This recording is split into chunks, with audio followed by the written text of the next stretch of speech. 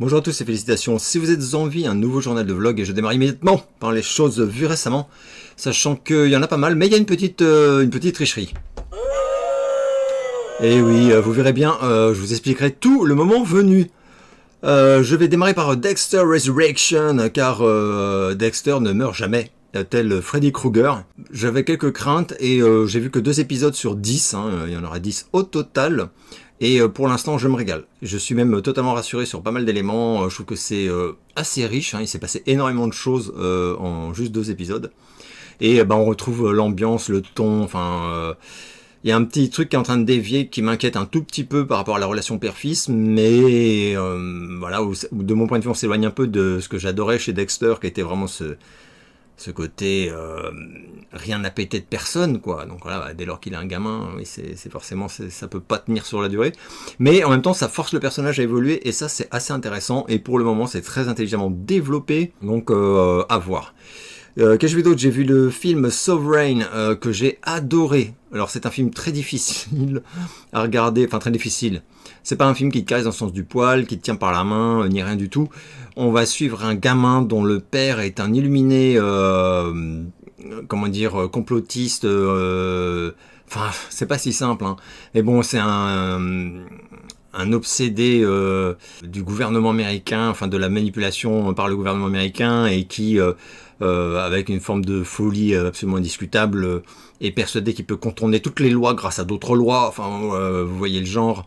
Vous n'avez pas le droit de me demander ceci, cela. Je ne suis pas obligé d'avoir un permis de conduire. En citant des trucs complètement aberrants.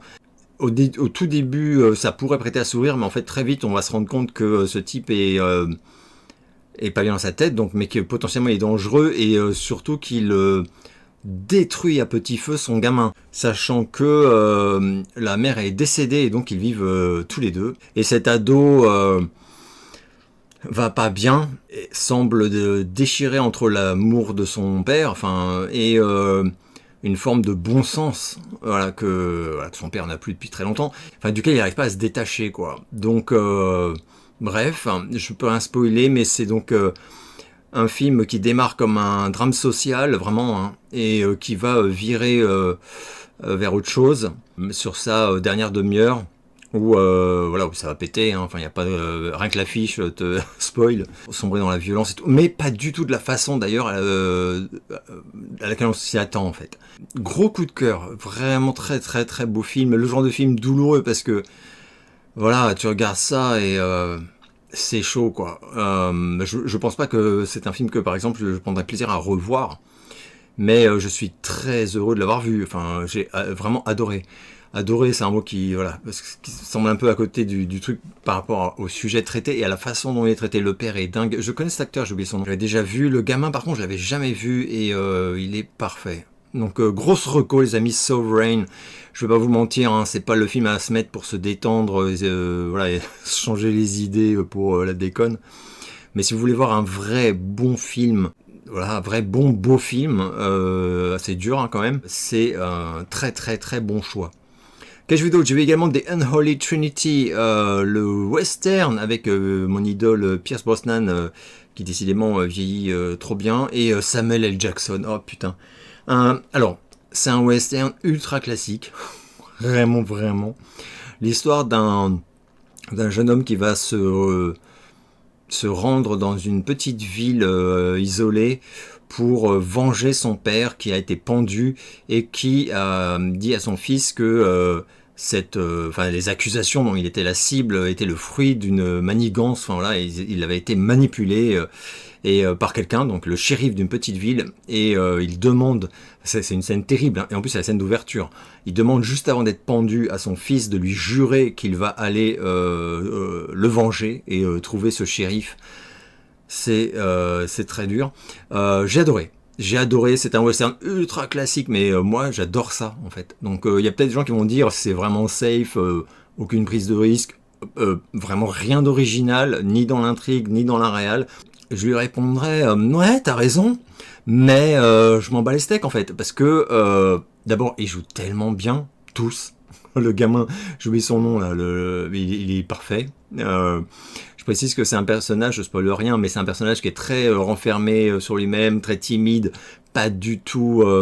Enfin, il est ultra influençable, même peureux, on pourrait dire. Enfin, c'est chaud, quoi. Donc, lui demander d'aller dans une petite ville buter un shérif pour le venger... Quand tu vois le mec cassé, tu te dis bonne chance, adieu. Et voilà. Alors, le shérif, qui est donc interprété par Pierce Brosnan, c'est du caviar, vraiment du caviar. Et alors Samuel L. Jackson, qui a l'air de se régaler, mais vraiment à chaque scène, à chaque réplique. Oh, j'ai vraiment kiffé. J'ai vraiment kiffé. Très très bon western. J'ai vu qu'il se fait défoncer sur IMDb, Rotten, tout ça. Allez tous vous faire. Moi j'ai pris beaucoup de plaisir. Il y a des images très belles. Enfin, je ne vois pas ce qui... Je comprends pas, voilà. Je ne comprends pas. Ce n'est pas grave. Je vais enchaîner avec le documentaire My Mom Jane sur HBO Max. Un docu incroyable sur l'actrice... Enfin...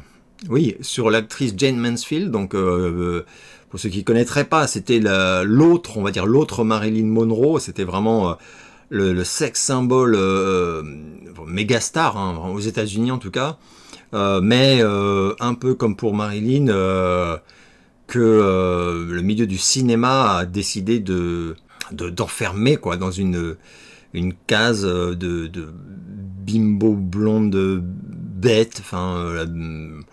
Bref, et voilà, un destin assez terrible et une mort, voilà, encore une personne qui est morte très jeune.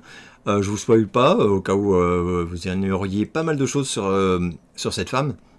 Mais ce qui fait l'originalité de ce documentaire, alors moi je connaissais, hein, j'avais vu La Blondée, elle a quand même fait quelques films qui sont très connus, qui sont des films légers, voilà, d'un temps d'Hollywood qui n'existe plus. Elle est très connue pour sa forte poitrine, notamment, et son rire, enfin sa voix aussi, un peu horripilante, enfin sa voix de meuf bête, hein, mais qui était censée être sexy selon les critères voilà, mascu de l'époque.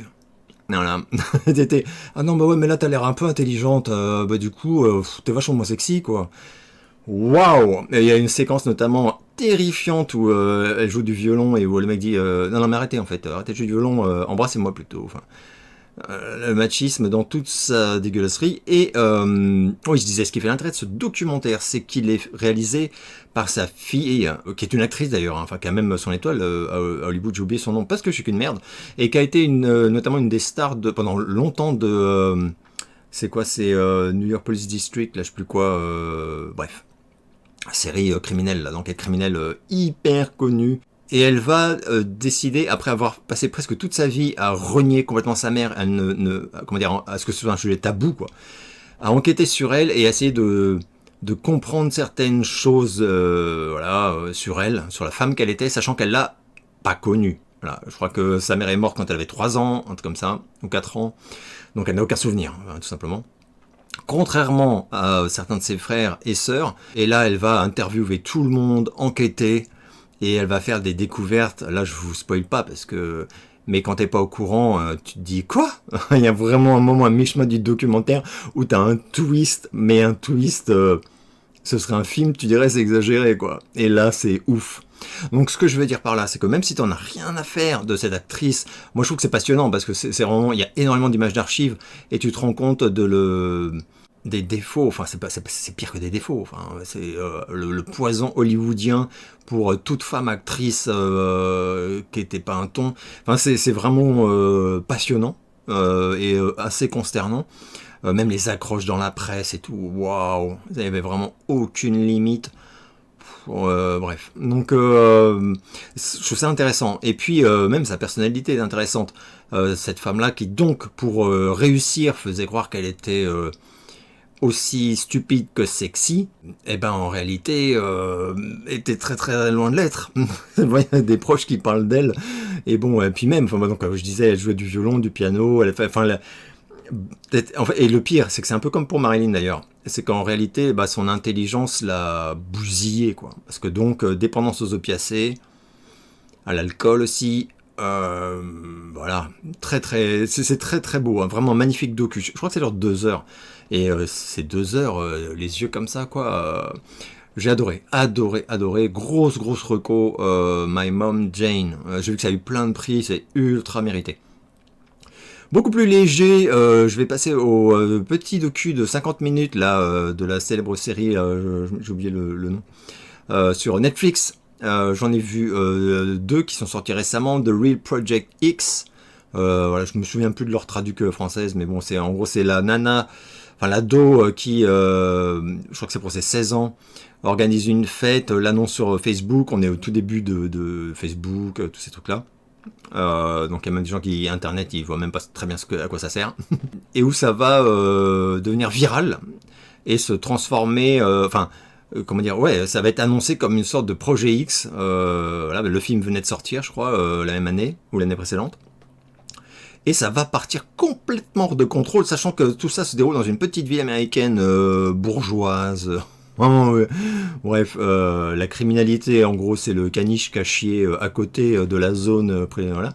Donc on va suivre ça, c'est assez drôle, mais sincèrement, je trouve ça un peu yanche. C'est-à-dire que au final, il se passe rien de très grave, ni de très spectaculaire. Je me suis demandé, alors oui, parce qu'on en a beaucoup parlé dans les médias, donc c'est un événement, enfin ça a été un événement, un non-événement, mais enfin, vous allez me comprendre. Mais de là en faire un docu comme ça sur Netflix de presque 1 heure, j'ai pas, voilà, je peux pas dire que c'est une reco par exemple, quoi. Bon, pas grand intérêt. Idem pour l'OVNI et le petit garçon. Ce coup-ci, j'ai trouvé la traduc tellement à chier que je l'ai noté. Sur Netflix, donc toujours dans la même série. Et bah là, pareil. Donc c'est un fait divers. C'est exactement pas le même degré d'intérêt, voilà, qui est assez faible. Et voilà, donc là on va suivre une famille qui avait, dont le père avait fabriqué une soucoupe volante gonflée, enfin un truc avec de l'hélium à l'intérieur, etc.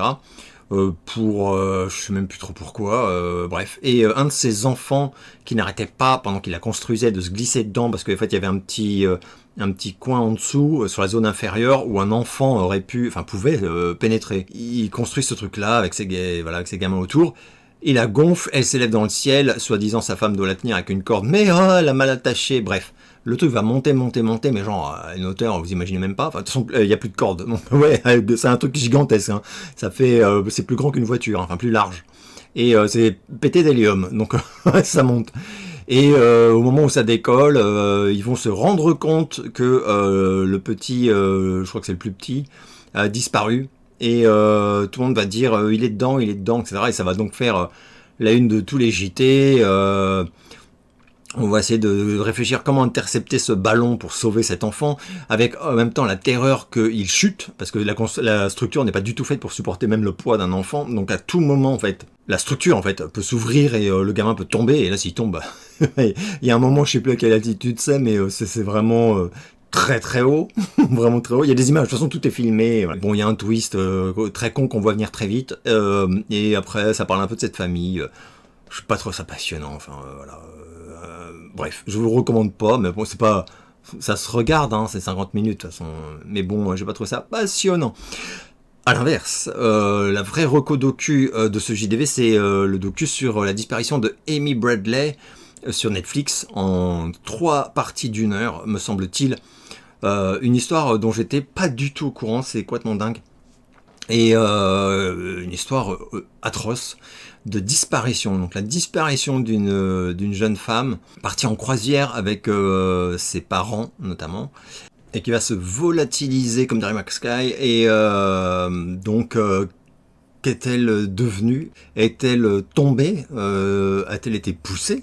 A-t-elle été kidnappée? Parce que le temps qu'on déclare sa disparition et qu'on commence les recherches, les espèces d'énormes bateaux, donc c'est des trucs de croisière monumentaux dont je vous ai déjà parlé récemment, là, que je déteste, arrivent, accostent en fait, je sais plus où, et du coup il y a toute une partie des 2000 ou 4000 voyageurs descendent du bateau.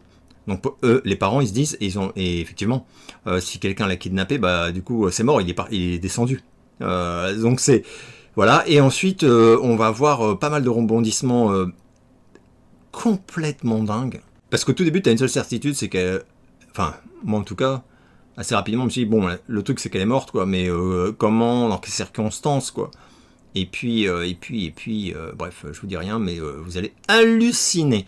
Donc ça, grosse reco. Amy Bradley, c'est absolument génial. Bon, la fin, c'est un peu déprimant, on va pas se mentir. Et je vais conclure avec les films, c'est une nouvelle section. Les films arrêtés en cours de visionnage. Il y en a eu pas mal dernièrement. Je n'en suis pas fier, hein, mais ça arrive, ça arrive. Je vais commencer par Eden, le film de Ron Howard que pourtant, je me faisais une joie de regarder parce que moi j'aime beaucoup certains films de Ron Howard. Je sais qu'il y a des gens qui peuvent pas le saquer, ce réal. Moi, j'ai vraiment rien contre lui. Il y a même des films que j'aime beaucoup. Et là en plus, on avait Jude Law, Ana de Armas, Sydney Sweeney là, et la bande-annonce était assez prometteuse. Bref, je lance le film. Et au bout de 20 minutes, j'aime pas du tout le ton. Je trouve Jude Law insupportable. Je réalise qu'il y a un côté comique, mais comique façon sans filtre, mais en raté, de mon point de vue, hein, dans le ton. Et je l'arrête. Puis le lendemain, je sais pas quoi, je vois passer des retours vraiment très très très enthousiastes sur le film. Où ils disent que vraiment, quand ça bascule voilà, et vraiment, ça part en couille quoi, et que c'est vraiment trash et tout. Je me dis bon, hop là, je le relance, et là j'ai tenu 10 minutes, et j'ai arrêté à nouveau à cause de Jude Law d'ailleurs, qui se trimballe la bite à l'air, enfin. J'ai dit mais qu'est-ce que je m'inflige en fait, qu'est-ce que je regarde. Donc j'avais rien à foutre, j'ai arrêté, j'ai dit non mais là ça fait trop de temps du film en fait que je déteste pour que par la suite je trouve le truc génial quoi. Donc je dis pas que c'est pas bien, hein, parce que ça a de très bonnes notes, j'ai l'impression, à droite à gauche, mais c'est pas pour moi du tout. Tout comme Megan 2.0, alors ça, celui-là je m'en doutais un tout petit peu. Mais moi j'avais bien aimé le premier Megan. J'ai pas adoré, contrairement à certains qui ont crié au chef-d'œuvre, alors moi pas du tout, quoi.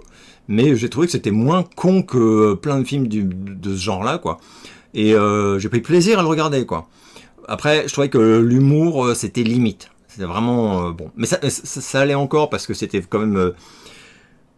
Ça ne supplantait pas vraiment toute la tension. Il y avait quand même pas mal de séquences assez cruelles. Enfin voilà. Mais bon, je craignais un peu pour la suite. Et là, la suite, waouh, putain. Là, je sais plus combien j'ai regardé, je crois 20 minutes, pareil. Hein. Mais c'était vraiment de la merde. Donc j'ai arrêté. Voilà. Mais alors vraiment là, oh, putain, nul à chier quoi. Enfin, nul à chier. C'est une comédie en fait, ça n'a plus rien il n'y a plus aucune tension, c'est n'importe quoi, et c'est d'une légèreté. En plus, une espèce de discours totalement puant, enfin bref. Donc j'ai arrêté, et voilà. Qu'ai-je également arrêté en cours de chemin? Non mais franchement, Ziam sur Netflix, le film de zombies. Voilà, je craignais vraiment que ce soit pas du tout pour moi, et oui. Ouais, là j'ai arrêté pareil, au bout d'un quart d'heure. Enfin, en fait, j'ai arrêté au premier truc gore rigolo. Voilà, les trucs gore rigolo, avec les entrailles dans tous les sens, ça saute au plafond, etc. Et le jeu des acteurs aussi, c'est du zombie.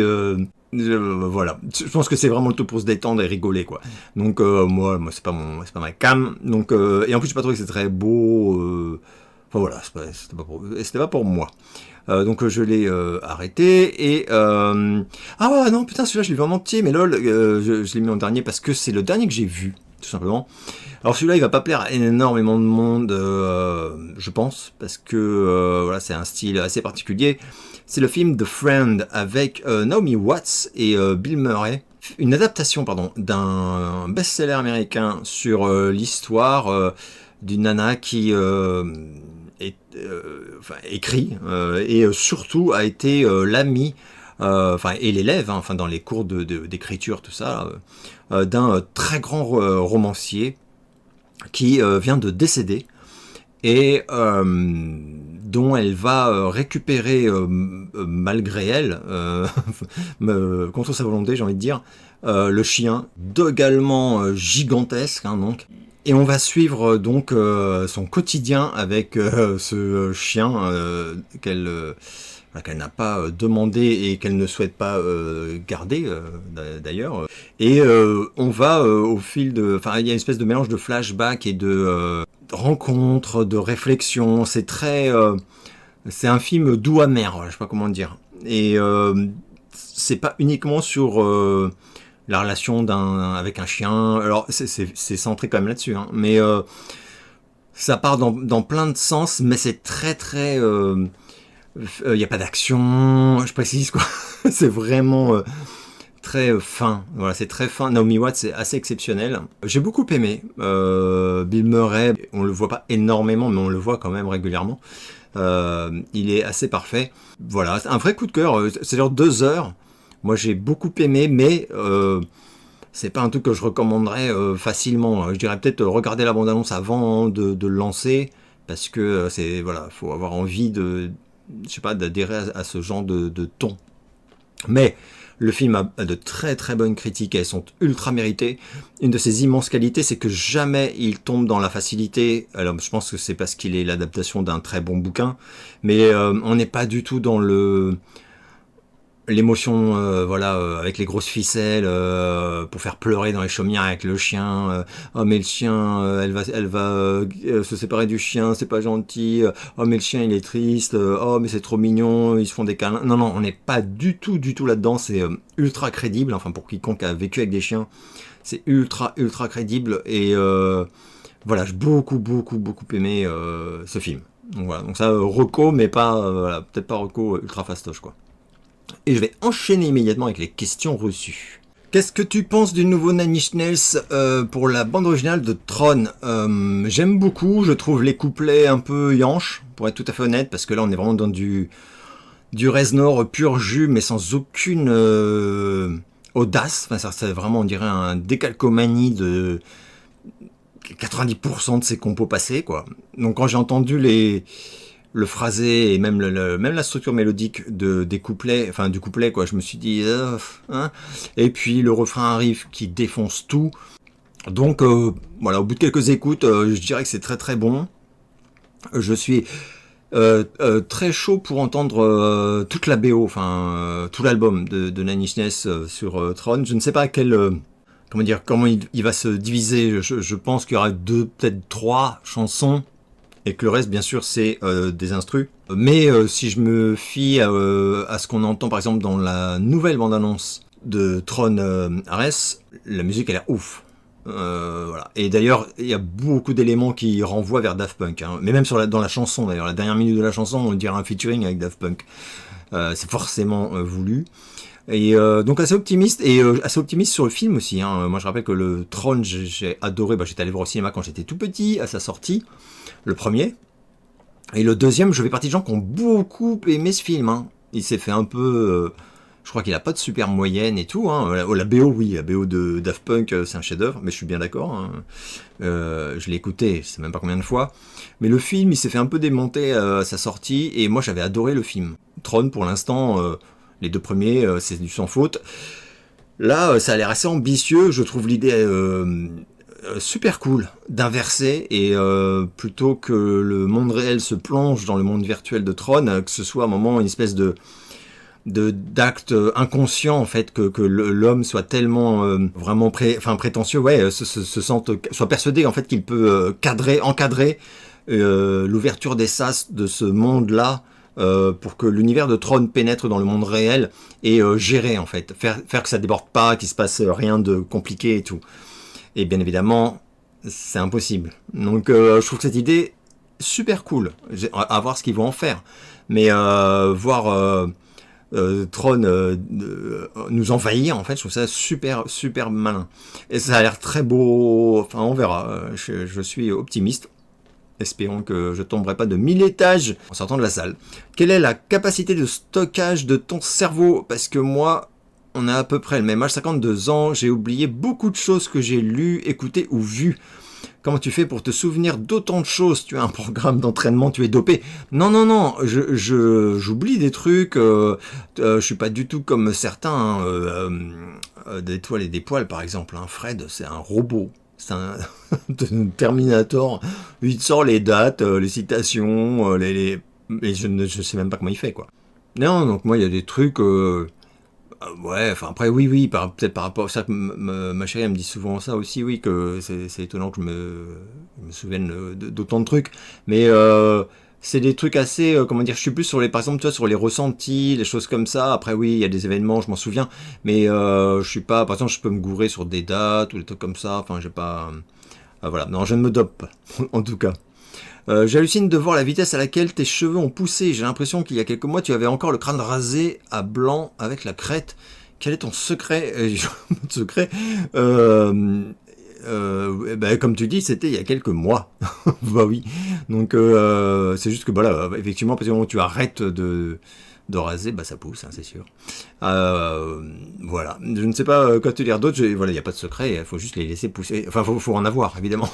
C'est qui m'a dit ah moi je fais comme toi, je laisse pousser. Le problème c'est que j'en ai plus, donc du coup ça ne pousse pas. Ardisson est décédé ce jour. Ton père le connaissait-il vu qu'ils étaient tous les deux dans la pub? Non. Mon père connaissait Ardisson, mais il ne l'appréciait pas humainement. Voilà. Ardisson, c'est un personnage un peu spécial quand même. Hein. Voilà. Pour ceux qui ne le connaîtraient pas bien. Je crois que mon père, il en a parlé une ou deux fois, qu'il l'avait croisé à des cérémonies ou des conneries de trucs de pubeux, quoi. Mais c'était pas quelqu'un qui l'appréciait. Mais même quand il y avait Lunettes Noires pour Nuit Blanche, moi j'adorais, je regardais religieusement. Et je sais que mon père n'a même pas. Ouais, quand même bien triste, hein. Enfin une sacrée page qui se tourne sur Ardisson. As-tu pris ta place pour le concert de Duran Duran au Zénith de Paris? Non. Ouais, j'étais prêt, hein. J'étais connecté 10h moins une, je sais pas quoi. Et Vlatipa, c'est un défi que je me suis lancé à moi-même de caser Vlatipa, qui est quand même le mot le plus ridicule au monde, dans chaque JDV. Vlatipa, que je réalise que il n'y a pas de fausse. C'est interdit au moins de 75 ans. Donc voilà, je vois ça, je dis c'est une blague quoi. Et alors les prix, hurler de rire. Enfin bref, bon, voilà, c'est le. Je sais que Duran Duran, moi j'aime beaucoup, et surtout ils ont toujours immensément de talent quoi. Même si le dernier album, bref, mais enfin voilà, c'est un groupe qui a immensément de talent, et par contre dans leur choix stratégique, dans leur façon de faire et tout, oui je suis pas, j'applaudis pas tout quoi, mais c'est pas grave hein, du tout. Mais là vraiment sur leur concert depuis quelques années, ils sont vraiment en mode voilà, on dépouille le public, et enfin on s'en fiche un peu de l'ambiance quoi. Et donc voilà. On m'a dit d'ailleurs qu'en fait c'est pratiquement tous les concerts de Duran Duran depuis des années où il n'y a pas de fausse. Tu es assis, assieds-toi et applaudis poliment. Voilà, donc c'est de la merde. Enfin, c'est une mentalité que moi je déteste pour les groupes de pop rock quoi. Et moi je croyais que Duran Duran c'est un groupe de pop rock. Et apparemment non, pas du tout. C'est comme Céline Dion. Donc voilà. Donc je me suis dit non mais sérieux, dans ces conditions j'y vais pas. Et je vais même te dire que donc j'ai pas pris de billet. La démarche ne me plaît pas du tout quoi. Voilà, je rappelle que absolument tous les artistes, même ceux des années 80, parce que on m'avait dit ouais. Non mais c'est normal, hein, parce que tous les artistes des années 80 ils font sans fausse. Hein. Je me dis non c'est faux. Et je réfléchis un peu et je trouve un milliard d'artistes, mais en fait tous les artistes des années 80 comme Duran Duran qui tournent encore tournent en mode normal avec des fausses quoi. Voilà. Donc n'est pas un bon argument qu'on m'a sorti, mais c'est pas grave. En tout cas donc du coup non je n'irai pas. Et puis alors j'adore, mais pas. Enfin ça c'est pas grave, ça n'a pas empêché de dormir, c'est ça que je veux dire. Je suis grand fan du compositeur Hans Zimmer. Et on m'a dit qu'il avait bossé avec Paul Naref. Est-ce une blague ou est-ce vrai? Je sais que toi as la réponse. Qui avait bossé avec Paul Naref. Oui, tout à fait. Hans Zimmer, oui. Alors c'est pas hyper connu des fans de Hans Zimmer, je pense.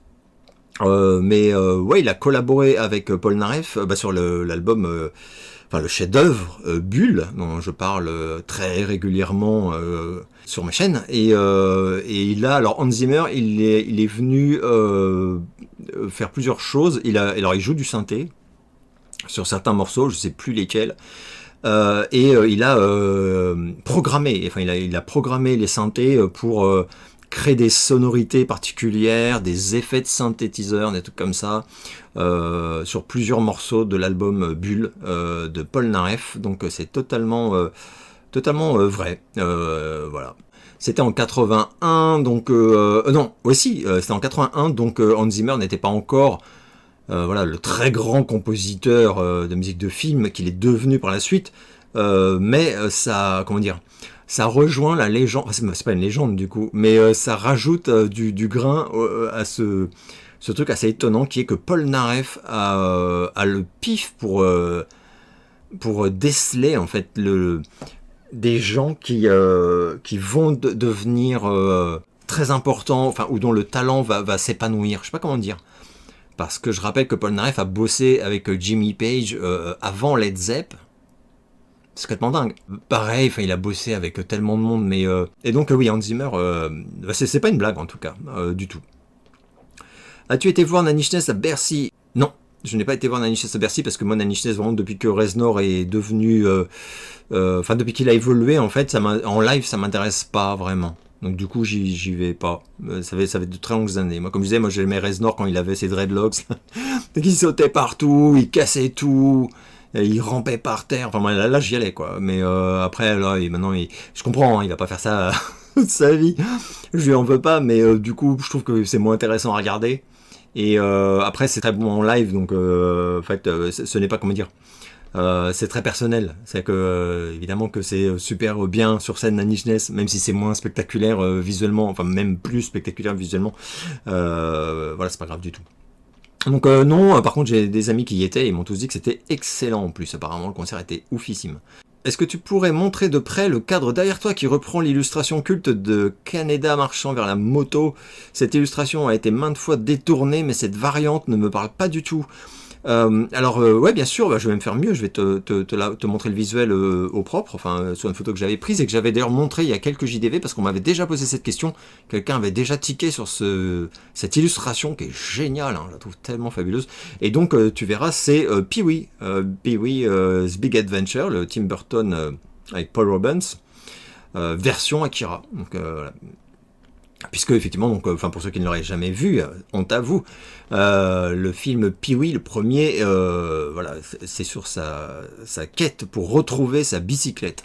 Aurais-tu un top 10 des films qui t'ont vraiment foutu les jetons? Je parle de vraies trouilles. Alors je suis allé faire une petite pêche dans mes DVD, sachant qu'il y en a où je sais qu'ils m'ont vraiment mis mal et j'ai oublié les titres. C'est des petits films souvent asiatiques, je crois qu'il y en a un ou deux qui sont espagnols et que j'ai pas trouvé en physique, en tout cas à l'époque, et donc que j'ai sur un disque dur externe.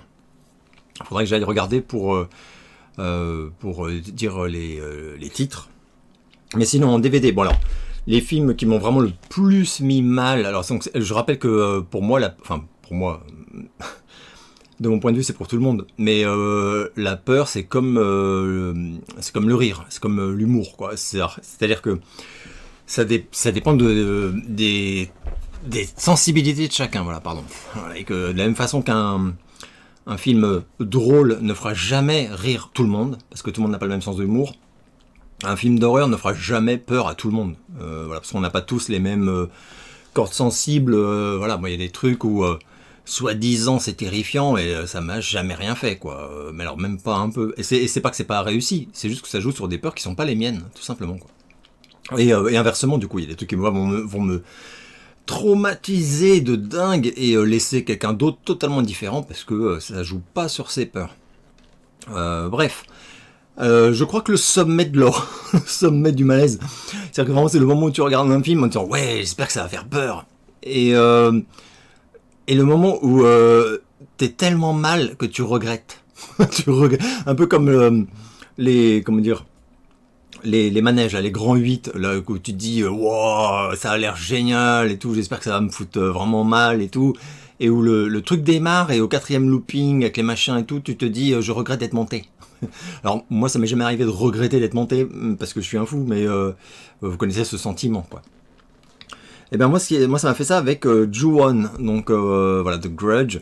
Alors pas forcément les longs métrages qui sont... Alors ouais, j'ai les deux magnifiques coffrets que je vous montre ici, et que j'avais surtout acquis parce que l'un comme l'autre, ils ont en bonus le premier puis le second téléfilm original, donc qui date de 2000. Si ma mémoire est bonne, et dont les deux premiers films au cinéma sont des déclinaisons, on va dire, hein, voilà, des remakes, mais il y a quelques différences, donc bon. Alors, ces films-là, moi, ça me fait peur, franchement. mais c'est rien comparé aux téléfilms dont ils sont inspirés. Voilà, que j'avais acheté d'ailleurs au quartier chinois à Paris, dans la galerie commerçante près de Tang Frères, où à l'époque il y avait quelques boutiques où ils avaient des imports, japonais, coréens, enfin plein de trucs, hein, c'était absolument génial. Et souvent des pirates, hein, on va pas se mentir, hein, des éditions pas très légales, mais qui n'étaient pas très chères du coup. Et où il y avait sur pas mal des sous-titres anglais. Du coup, tu pouvais le regarder en VO avec les sous-titres anglais. Et c'est chez eux, je me souviens que alors je les ai perdus depuis, mais que j'avais acheté en DVD les téléfilms Ju-On. Et là, c'est un des pires souvenirs de ma vie de visionnage, quoi. Sincèrement, j'étais très très pas bien, et j'étais très pas bien pendant des jours après, enfin des nuits surtout. Mais donc voilà, je pense que rien ne m'a fait plus peur, vraiment la peur pure, quoi, que les deux téléfilms que ils ont été tellement cool de mettre en bonus sur ces éditions collector. Donc voilà, ça, voilà, je place ça. Par exemple, je sais qu'on me parle des fois de Ring. Ring, j'ai beaucoup aimé, mais je peux pas dire que ça m'ait traumatisé ou fait terriblement peur. Voilà, Ju-On, oui, Ju-On, ignoble. Ensuite, je vais avoir des films que j'ai que en import. Alors celui-là, il est sorti récemment. Je crois que c'est, je sais plus c'est quel éditeur, ESC je crois, je suis plus pas certain. Mais il est enfin sorti chez nous. Lake Mungo, à la fois culte de ouf et à la fois pas si connu que ça parce que moi je rencontre régulièrement des gens qui ne l'ont pas vu. Et ça, alors c'est pas une peur comme Ju-On, hein, mais ça me met bien mal quand même. Et je trouve que c'est génial. Mais génial. J'aime beaucoup le ton et tout ça. Ensuite, The Tunnel. The Tunnel, c'est vraiment dans mon top également. Alors attention, parce qu'il y a plusieurs films qui portent le même titre. Donc checkez bien à trouver le bon, quoi. Et celui-ci, je crois que... Je sais plus s'il y a une édition française. Je ne crois pas. Je ne pense pas. Mais c'est ignoble. Donc c'est façon fan footage, hein, je précise. Mais alors, c'est un des plus sadiques et violents fan footage que j'ai vu de ma vie. Voilà. Ensuite, et encore un fan footage d'ailleurs. Willow Creek. Willow Creek, j'en ai parlé plusieurs fois. Film de Bigfoot, on pourrait dire, mais tellement intelligent. Vraiment, c'est... j'adore ce film. J'aimerais dire qu'il est sous-coté, mésestimé, mais en fait quand il est sorti, il a eu vraiment un nombre d'éloges incroyables de partout. Mais il n'est pas devenu connu pour autant. Et par exemple, celui-là m'a main coupée, si sauteuse, que il n'y a pas d'édition française. Mais il y a une scène interminable dans une tente.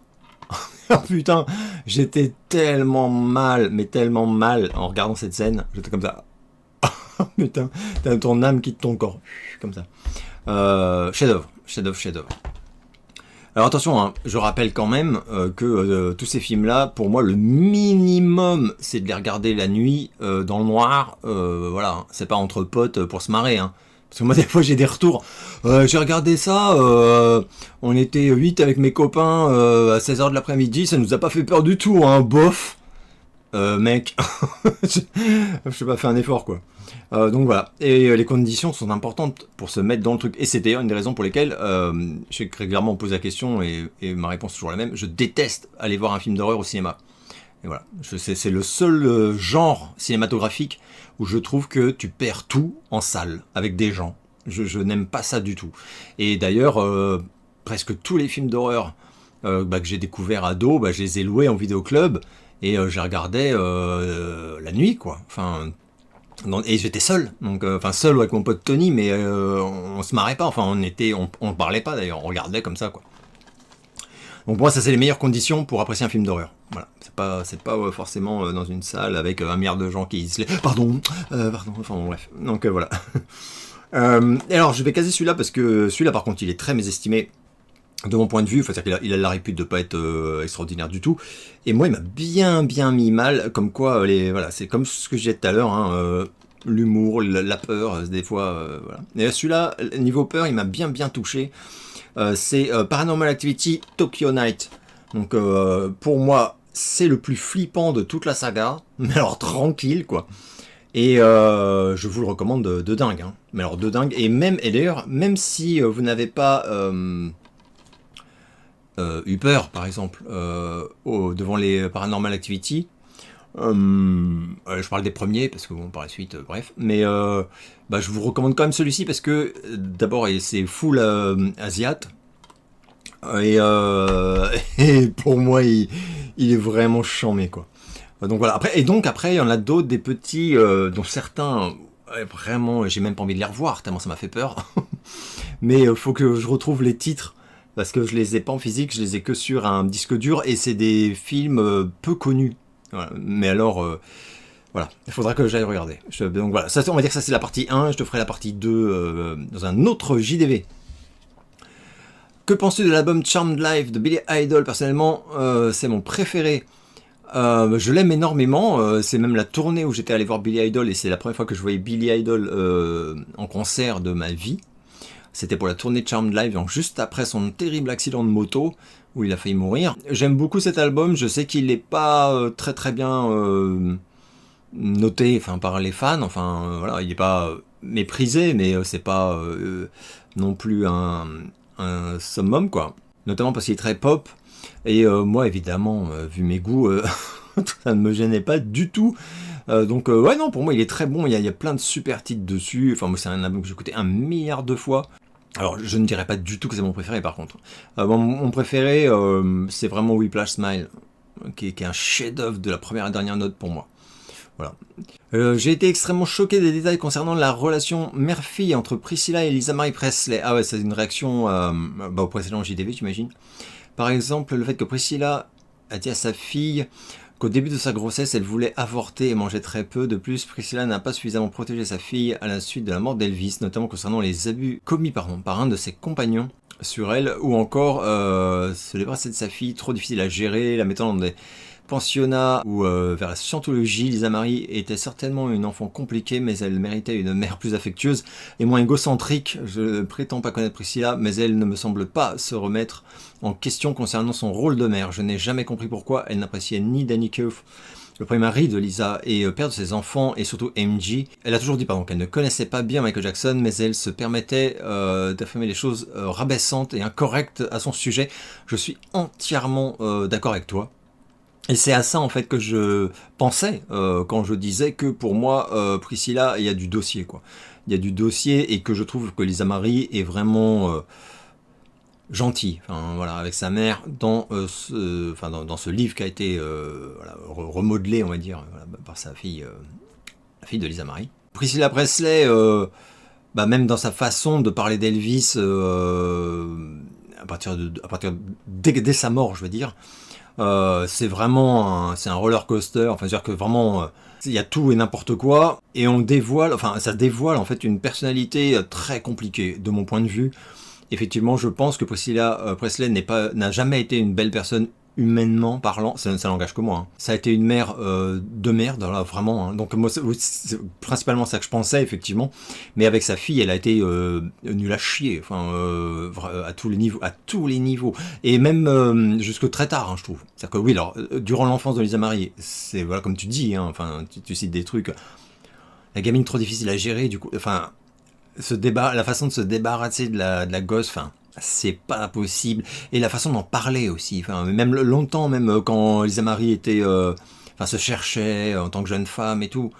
Ah non, mais sa mère. Et la jalousie, il y avait quand même un truc de conflictuel, quoi, entre la mère et la fille, avec cette mère qui était clairement jalouse de la jeunesse de sa fille, de la filiation.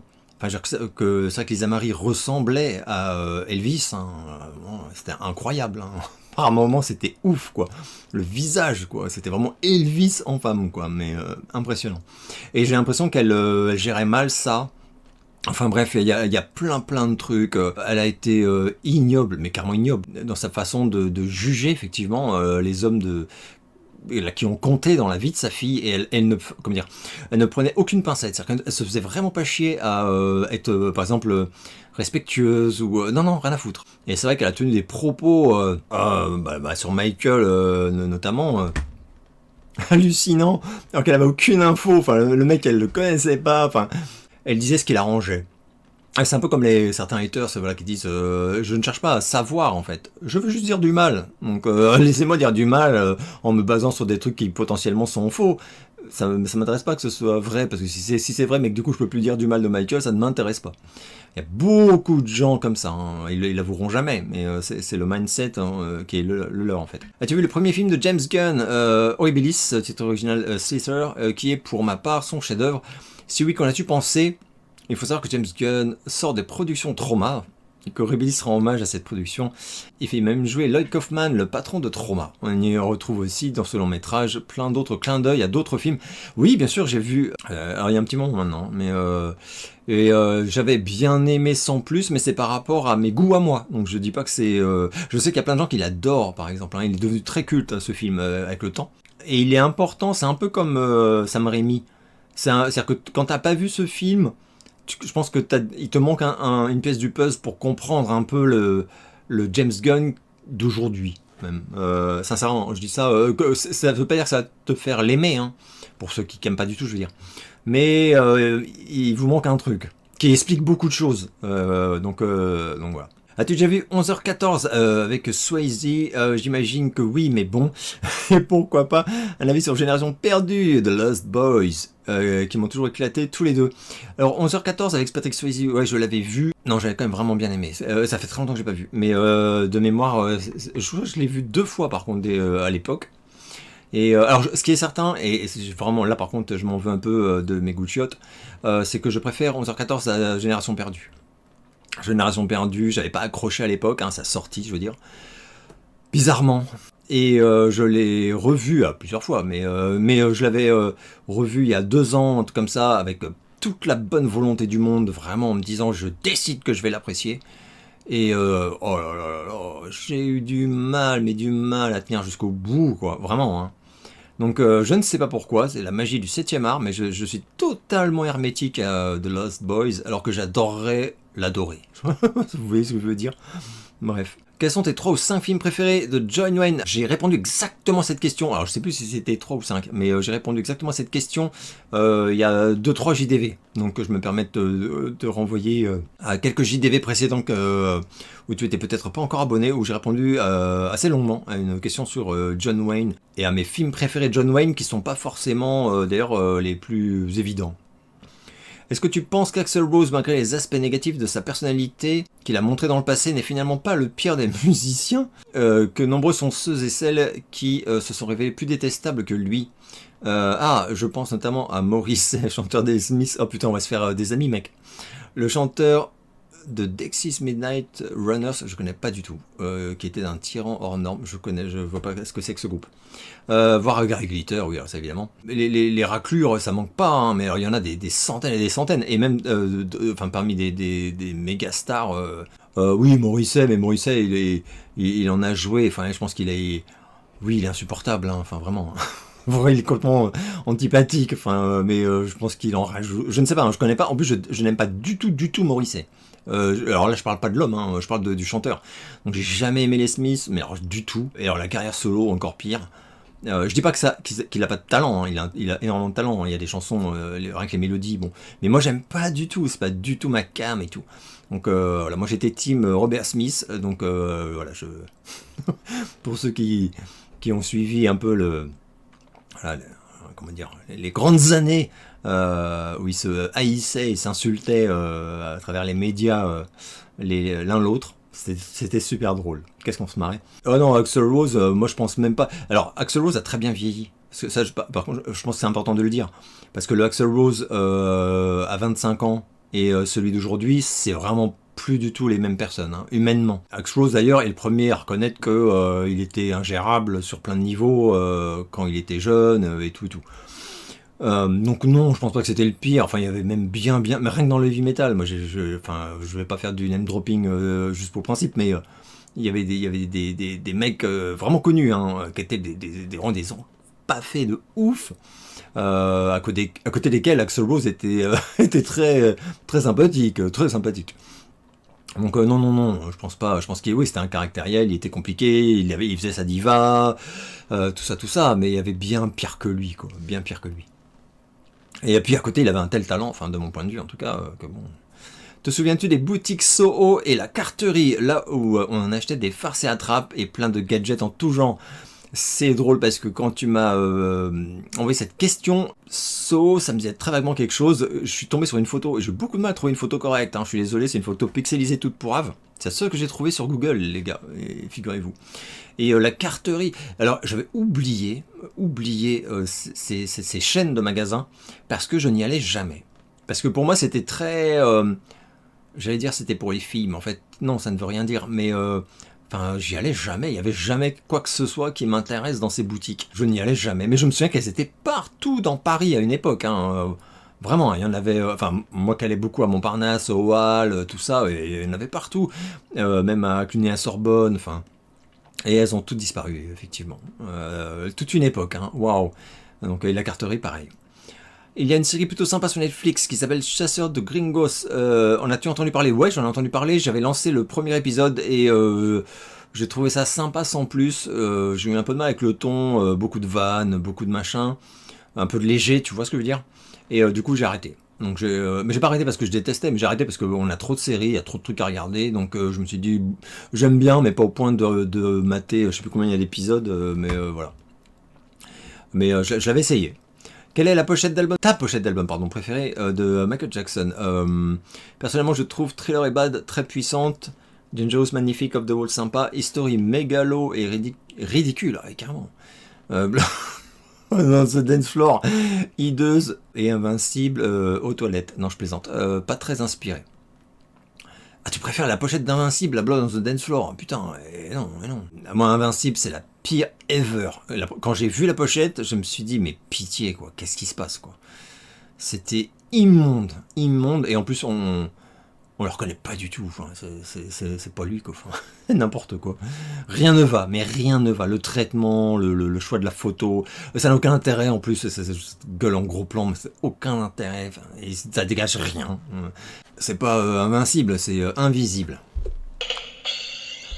Non, moi, ma préférée c'est Bad, je l'ai expliqué en long, en large et en travers milliards de fois, notamment dans ma vidéo de 3 heures je crois sur Michael, que vous trouvez sur ma chaîne, pour plein de raisons. La pochette de Bad, d'un point de vue même vraiment au niveau d'œuvre d'art, quoi, photographique, je la trouve, et graphique, parce qu'il y a aussi le Bad, enfin tout est...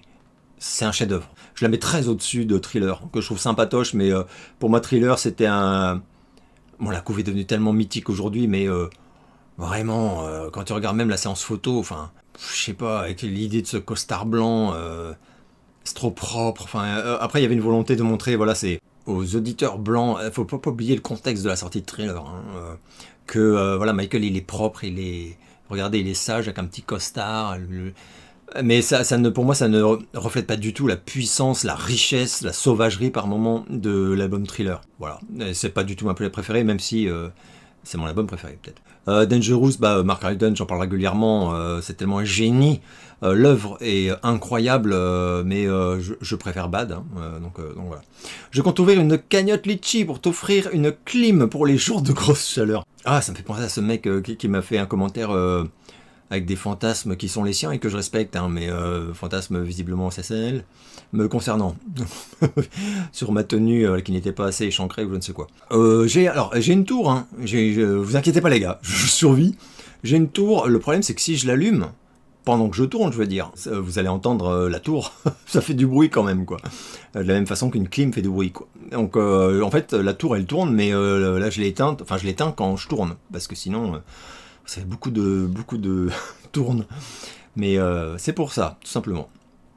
Après, moi j'ai un petit problème, c'est que les trucs qui t'envoient de l'air froid, là, comme ça, et la clim c'est encore pire. Dans les 10 minutes, j'ai mal au ventre, voilà, des crampes au ventre, et après je me commence à éternuer, et le lendemain je suis malade. Donc bref, c'est la merde. Parmi ces 5 chansons qui ont bien marché en 85, comment les classerais-tu de celles que tu aimes le moins, celles que tu apprécies le plus? Voices Scary de Till, je ne connais pas. Synthemos Fire de John Parr, ouais ça je connais par contre. Part-Time Lover de Stevie Wonder, White Boy, j'ai cru Wild Boys de Duran Duran, mais non malheureusement non. White Boy de Nick Kershaw, ah ouais Nick Kershaw oui. Et Walking on Sunshine de Dolly Parton, non je plaisante, de Walking on Sunshine de Catherine the Wave. Je mets très loin devant tout le reste, Stevie Wonder. Après je mettrais Nick Kershaw, John Parr. Je vois pas ce que c'est, Voices Scary, faudrait que j'aille écouter, je ne sais pas ce que c'est, donc je vais le mettre en dernier, mais je ne sais pas ce que c'est. Et Catherine the Waves, ouais j'aimais bien, mais sans plus, donc je mets quand même vers la fin. Es-tu plus Randy Rhoads ou Zakk Wylde? Question de fan de Ozzy, notamment, Randy Rhoads. Même si, putain je dis ça, mais en fait, je crois que j'aime beaucoup le jeu des deux, donc c'est un petit peu dur de les départager. Rotorua, Hitcher m'avait impressionné au cinéma. Je suis allé voir Hitcher au cinéma quand j'étais ado. C'était un des premiers films sortis quand je pouvais aller le voir. Je crois qu'il y avait Razorback aussi. Ça fait partie des premiers films que j'ai pu aller voir avec ma carte où j'avais plus de 13 ans ou je sais plus quoi. J'étais tout fou. Adoré, c'est un film, c'est un chef-d'œuvre pour moi. Et Rotorua, il a pas joué dans énormément de chefs-d'œuvre, hein, malheureusement pour lui. Mais j'aime beaucoup sa gueule, j'aime beaucoup cet acteur. J'ai quand même vu beaucoup de ses films, hein, presque tous, j'ai presque envie de dire. Si tu aimes Bukowski, on vient de rééditer au Diable Vauvert la biographie de Nili Tcherkovsky.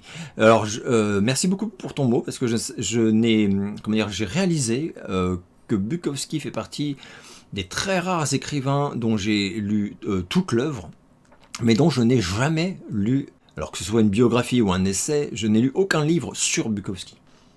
Et c'est super étonnant, parce que voilà, j'ai lu plein de livres sur Edgar Poe, j'ai lu plein de livres sur Lovecraft, j'ai lu plein de livres sur Maupassant, Lassner, enfin bref.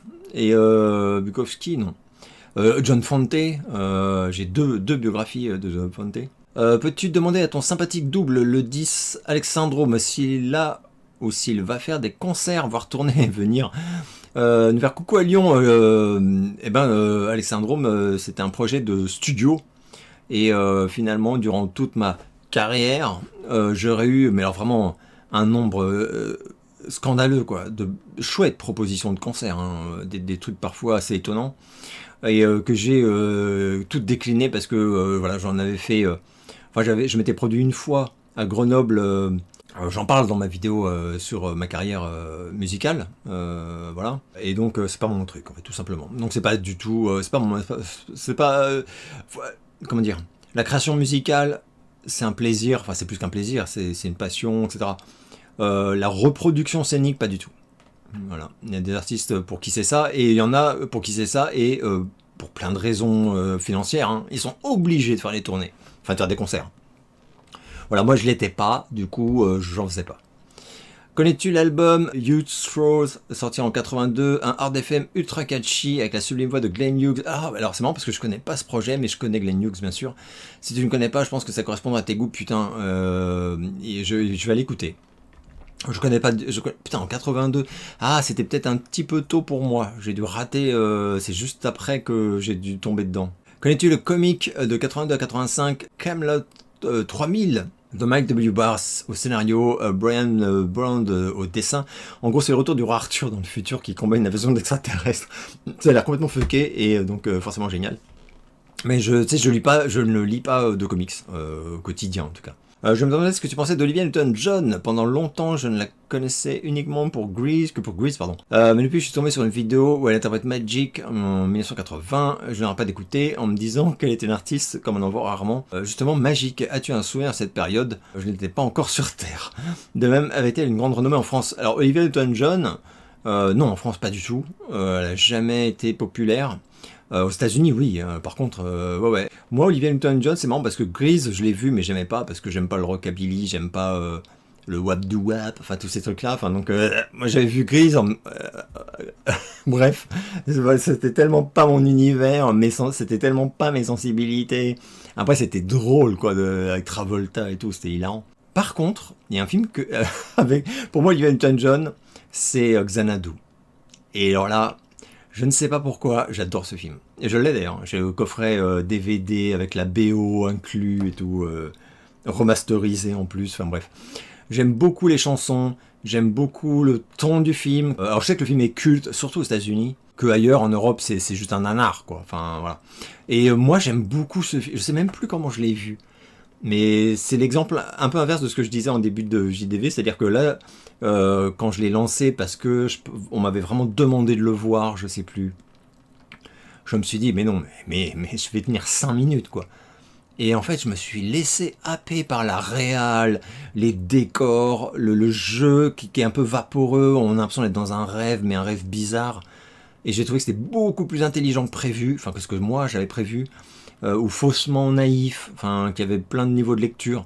Et j'ai trouvé Olivia Newton-John ultra charismatique, alors que dans Grise, je trouve qu'elle est mignonne, neuneu, voilà.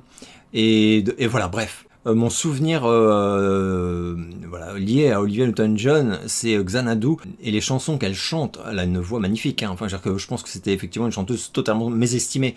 Après, tu me parles de la chanson Magic, mais aux États-Unis, elle a eu quelques gros tubes qui, je crois, sont même pas sortis en Europe. Enfin, en tout cas en France, on n'en a pas du tout entendu parler, et ça c'était pas diffusé en radio, ça s'est pas vendu du coup. Enfin, voilà. Très très très méconnu en France. Je pense qu'effectivement à Creuset il y a plus de belles surprises. Enfin, comment dire, il y a de quoi faire de belles surprises, je pense. Mais voilà. En tout cas, moi je vous recommande Xanadu, pendant que j'y suis. Je n'ai pas vu passer ton avis concernant Butcher's Crossing, dispo sur Prime Video avec Nicolas Cage. Es-tu passé à côté ou c'est moi qui suis passé à côté de ta critique? C'est toi qui es passé à côté de ma critique. Par contre, elle était dans un JDV quand c'est sorti. Donc je ne sais plus trop. Je sais plus trop lequel, évidemment. Avec Nicolas Cage, je regarde tout. Hein. Nicolas Cage, voilà. C'est vraiment, ça fait partie des acteurs où. S'il est dans un truc, j'ai envie de regarder, quoi. Et alors j'avais bien aimé Butcher's Crossing, hein, enfin pour te résumer très très vite fait, mais je faisais pas partie de... Enfin, j'ai vu des gens qui étaient assez durs avec ce film, remarque. Mais moi j'ai bien aimé, mais sans plus. Enfin, j'ai pas trouvé que c'était extraordinaire. Je trouve qu'il y a des énormes lenteurs. Voilà. Mais que Nicolas Cage était... moi j'aimais bien son jeu. Voilà, on était très loin... En plus, on était très loin de... par exemple, dans The Surfer, qui est vraiment un de mes coups de cœur de l'année. Hein. Voilà, on a un Nicolas Cage très différent de celui de Butcher's Crossing. Suis-tu les carrières des humoristes Elena Nagapetian, putain, je sais même pas comment ça se prononce, et Julien Santini? Pas du tout. Je ne suis la carrière d'aucun humoriste actuel. Voilà, et je suis, mais alors ignare, mais c'est même pas la peine. Hein. Vraiment une merde. Je connais pas, je sais pas qui sont les humoristes à la mode, enfin ou jeunes, ou enfin qui cartonnent, j'en sais rien de rien. Est-ce que tu connais, et as vu, pardon, le film The Pale Blue Eye? J'ai tenté la loupe sur ta page, mais ça ne donne rien. Ouais, je l'ai vu et je l'avais critiqué, enfin j'en avais fait, pardon, la critique à l'époque, sauf que les JDV n'existaient pas encore, donc c'était les Chroniques Express, ou Critiques Express, un truc comme ça. Où je donnais mon avis sur les films vus récemment. Tout ça, c'était ça en gros. Enfin, ouais, parfois des trucs un peu plus anciens. Et donc j'avais parlé de Pale Blue Eye que j'attendais avec fébrilité parce que la bande-annonce était incroyable. Et en plus, ça semblait vraiment regrouper tout ce que j'adore, quoi. Puis Christian Bale, enfin non mais arrêtez, quoi, n'en jetez plus, quoi. Et j'ai vu le film. Et alors là, putain, la douche froide, quoi. J'ai vraiment trouvé ça ouf. C'était pas génial. Voilà, j'étais ultra déçu, mais ultra déçu par The Pale Blue Eye. Voilà. Ce n'est que mon avis. Hein. Comme je sais que tu es un gros fan de Duran Duran, je suis allé voir tes anciennes vidéos pour voir si tu avais parlé de leur album sorti en octobre 2023 pour Halloween. Bizarrement, je n'ai rien trouvé. Donc, qu'en as-tu pensé? Toujours aussi bon que les deux d'avant, ou bien le clip de Lance Macabre est incroyable, je trouve. Question subsidiaire, j'ai vu quelques commentaires de gars qui aimaient le métal mais qui aimaient aussi Duran Duran comme toi. Alors est-ce un hasard ou y a-t-il une raison de musicien qui m'échappe? Non, ça c'est vraiment c'est le hasard, enfin ouais, c'est un hasard total. Parce que les gens qui aiment à la fois par exemple beaucoup le heavy metal et beaucoup des artistes comme Duran Duran, Depeche Mode, The Cure, Billy Idol, il y en a énormément en fait. Des gens qui aiment ce versant de la pop rock des années 80 et qui adorent le métal. Il y en a énormément, j'en ai connu mais toute ma vie, mais plein. Donc voilà, donc c'est pas propre à Duran Duran, c'est ça que je veux dire. C'est propre à une vague d'artistes, hein, dont ceux que je viens de citer, par exemple. Et voilà. J'en avais parlé de l'album sorti en 2023, qu'un faux album, enfin c'est un vrai album, mais c'est pas un nouvel album studio, c'est ça que je veux dire. Et j'étais ultra déçu, tellement déçu que je l'ai pas commandé. Enfin, je ne l'ai pas. Je l'ai pas voulu, en fait, en physique. Extrêmement déçu. Je trouve il y a des chansons que je vénère, enfin, dont on a des nouvelles versions sur ce disque. Et pour moi, c'est un massacre. C'est un jeu de massacre. Ils ont enlevé tout ce que j'aimais. Enfin, c'est horrible. Et les quelques nouvelles chansons sont sympatoches, sans plus. Enfin, non, pour moi, c'est une énorme déception, cet album. Voilà. Donc, alors que j'adore, c'est pas que j'aime, hein, j'adore les 2 précédents albums d'avant. Après, pour moi, Paper God, c'est vraiment le summum du summum, mais bon. Connais-tu l'éditeur Camion Blanc, l'éditeur qui tank à sec, non, je plaisante, l'éditeur qui véhicule le rock. La logique voudrait que tu en sois, comme moi, un excellent client, mais qui sait. Alors, Camion Blanc, j'en ai parlé 2-3 fois depuis que j'ai la chaîne, parce qu'on m'a demandé mon avis. Moi, je les boycotte, enfin, je les boycotte, c'est facile à dire. En fait, j'ai la chance d'être bilingue. Du coup, tout ce que traduit Camion Blanc, et qu'il revend à 70 € le livre de 20 pages. Moi j'ai la version originale américaine en fait en VO luxe avec couverture chromée machin à 19 € quoi. Voilà. Par ailleurs, je connaissais quelqu'un qui bossait chez Camion Blanc et qui m'avait confirmé à quel point c'est des livres qui sont à 35 € alors que l'original qui est d'une qualité pas, enfin Camion Blanc c'est quand même assez moche, hein. Enfin genre même le design graphique, enfin les couves c'est moche, le papier est pas génial, ça vieillit très mal d'ailleurs, les pochettes sont pas rigides, enfin il y a rien qui va, il y a rien qui va pour que tu payes un truc 35 € quoi. Pour avoir bossé dans l'édition une grande partie de ma vie, ou avoir fréquenté des gens qui étaient carrément des patrons de revues ou de maisons d'édition. L'excuse de c'est des petits tirages, c'est non, pas dans ces proportions de prix, c'est une fausse excuse. Et la qualité des livres, je m'excuse, elle est médiocre. Donc non, ça ne justifie pas non plus. Voilà, donc pour moi c'est un gros problème cette maison d'édition. Je la trouve pas noble, enfin humaine. Enfin, je trouve que la démarche est vraiment assez puante. D'autant qu'ils s'adressent à des passionnés de rock, à des machins, un truc comme ça. C'est pas des gens qui sont pétés de thunes et ils se ruinent. Pourquoi ? Uniquement parce qu'ils n'ont pas les capacités de lire les ouvrages qu'ils traduisent en version originale, quoi. Donc voilà, donc moi, comme les 3/4 de ce que Camion Blanc a traduit est sorti et qui aurait pu m'intéresser, je les avais lus 3-4 ans avant, parce qu'ils mettent le temps de traduire, ça je comprends. Mais je les avais lus dès leur parution aux États-Unis. Et parce que le livre est 1000 fois plus beau, 1000 fois moins cher. Enfin, à un moment, je veux bien qu'on soit maso, mais bon. Je sais que la scène rock metal de ces dernières années ne te convainc pas. Pourtant, j'ai quelques groupes que je trouve incroyables et j'aimerais connaître ton avis sur ces derniers. 3 Days Grace, je connais pas.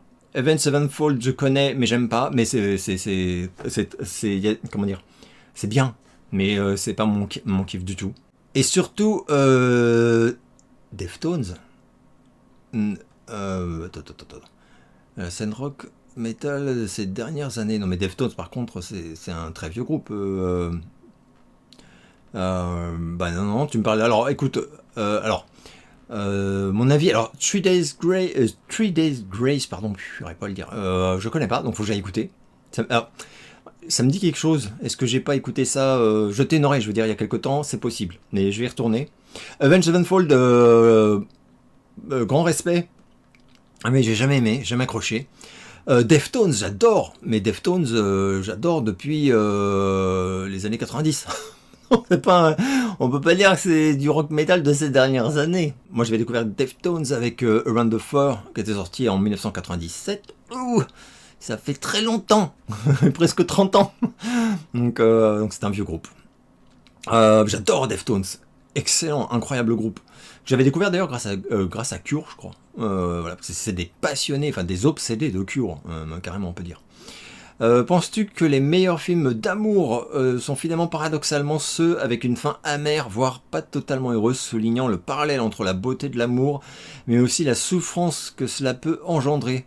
Je pense notamment à Eternal Sunshine, ah oui bien sûr, qui encore aujourd'hui après plusieurs visionnages me bouleverse, surtout la BO somptueuse. Ouais, je suis complètement d'accord avec toi. Après ça comment dire, ça dépend des goûts de chacun. C'est-à-dire que je pense qu'il y a des gens qui sont bouleversés hein, réellement hein, et qui trouvent que c'est des chefs-d'œuvre, des films d'amour qui se terminent bien après beaucoup de péripéties. Tu vois ce que je veux dire? Après, genre ça va très mal, tout va très mal, mais vers la fin tout s'arrange et les personnes se retrouvent et plus que jamais l'amour. Bon. Et je comprends ça. Mais c'est vrai que moi, pas toujours. Pas toujours. Je rappelle que mes films d'amour préférés, c'est très personnel, je dis pas que c'est les meilleurs évidemment, mais c'est mes préférés à moi. T'as Frankie et Johnny, avec Al Pacino et Michelle Pfeiffer, bouleversant pour moi, de justesse, d'intelligence, un des plus beaux films d'amour que j'ai vu de ma vie, enfin qui m'a le plus touché quoi. Et à Clair de Lune, avec Nicolas Cage dont on parlait tout à l'heure, et Cher, oh putain, là pareil, moi ça m'a fait chialer, hein. Enfin voilà. Après il y en a d'autres hein, encore. Incroyable. Et 2 films d'amour des années 80, je réalise d'ailleurs.